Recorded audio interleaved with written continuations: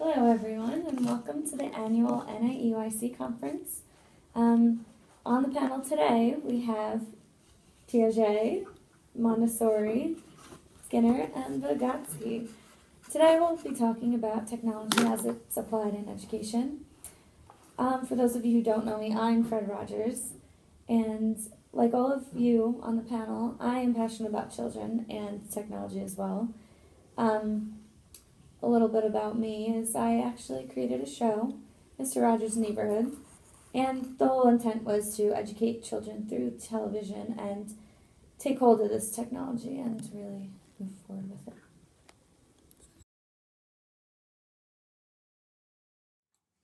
All right, to get the conversation rolling, my first question to all of you is, what are your views and opinions about the iPad technology and digital media today?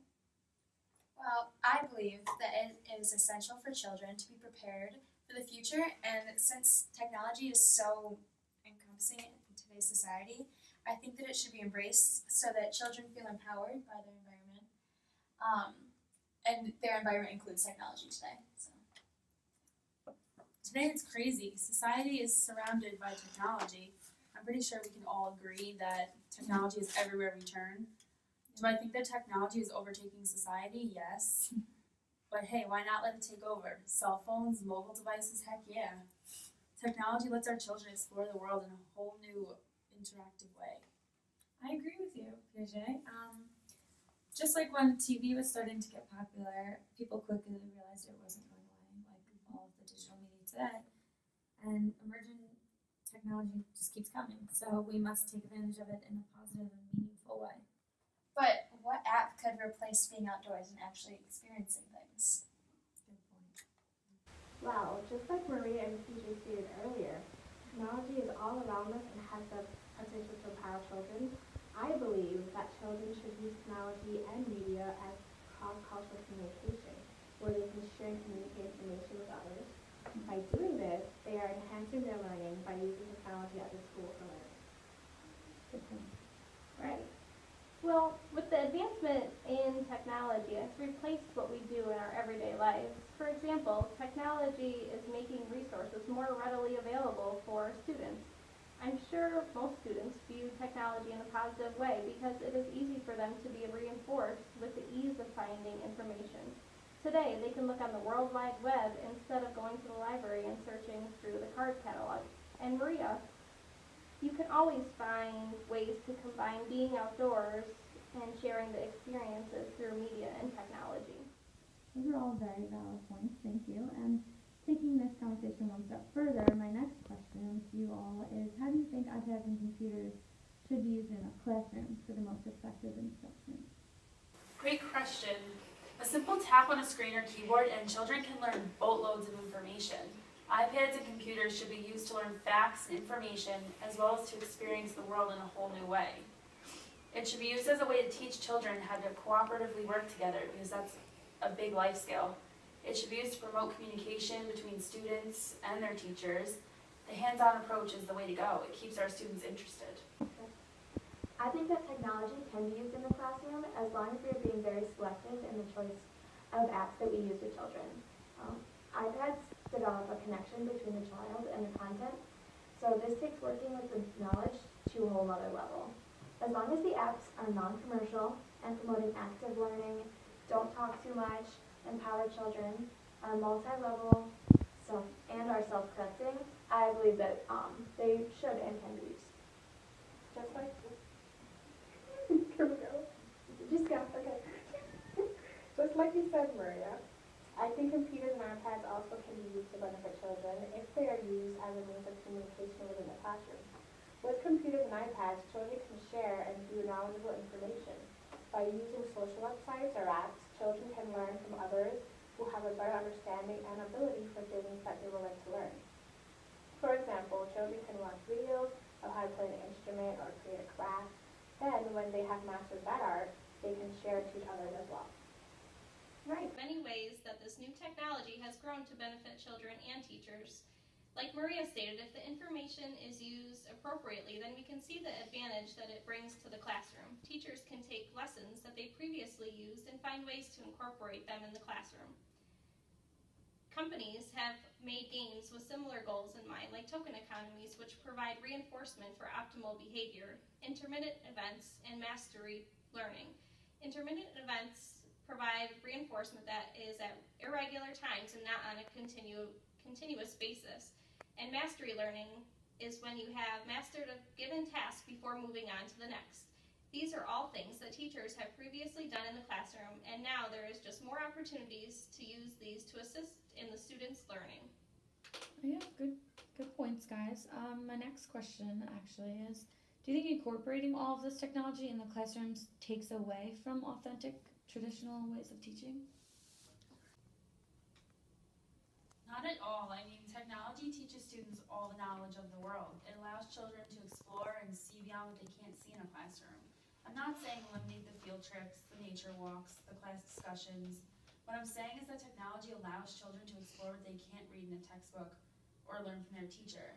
They're being given the chance to learn about things that they might not even be able to see on a field trip. They can explore other countries by using the internet and learn about various things. I do agree with you to a certain extent. It is essential for teachers to keep things in balance. Teachers should encourage themselves and parents to not offset the balance of exercise, diet, and the development of the child's senses through different types of exposure, such as sensory, stuff like that. I believe that technology can easily take away from traditional methods of teaching, and it is the teacher's responsibility to adapt their classroom to keep that from happening. Right. Yes, I agree, Maria, but I think we can add on to that.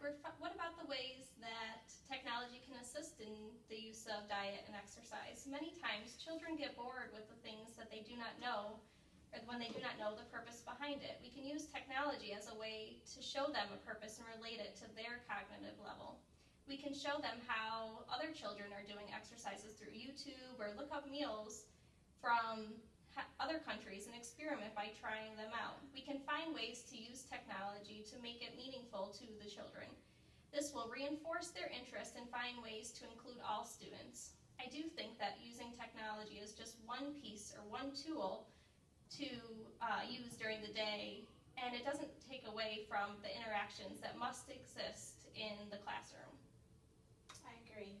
And just like you said, Maria, technology can't replace traditional methods, but like PJ also said, technology can be used to explore new learning and help children be able to explore new things like on the computer and on the iPad and stuff like that. So I think that technology can't replace all the traditional things, but it can also embrace new methods as well. Good point. So to wrap up the conversation, I'd like to kind of apply our discussion. And can each of you kind of talk about, some of the apps that you, think would actually be applicable in education and describe why?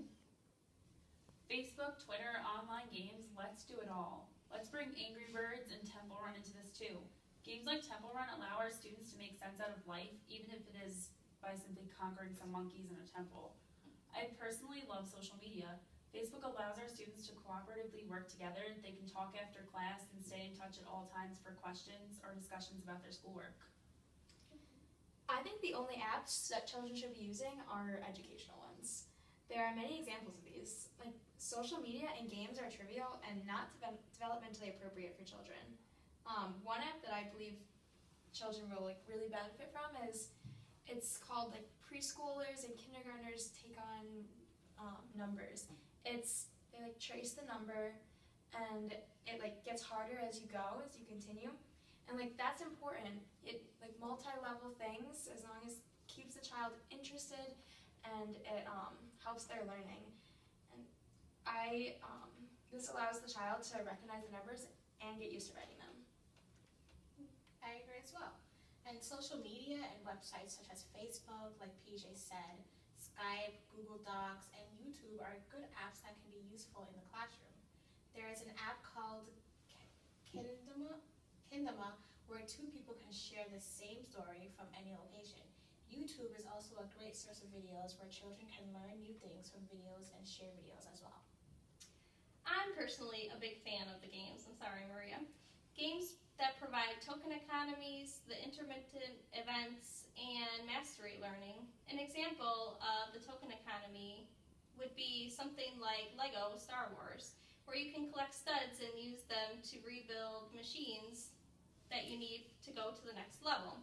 A game that uses intermittent events is, I think you're talking about Angry Birds. yes, you're right, Angry Birds. You use a bird to launch, or you launch a bird to destroy the pigs. Sometimes you get a huge payoff, but not always. And an example of the mastery learning game is Bugs and Buttons, which has 18 math and logic activities with careful challenge leveling mixed with management features. Each of these provides the player with positive and negative reinforcement in order to complete the game. All right, well, thank you all for coming today. This was a very informational and eye-opening conversation. Like I always end my show, I'm going to say this all to you. You've made this day a special day just by being you. There's no person in the world just like you, and I like you just the way you are. Thank you.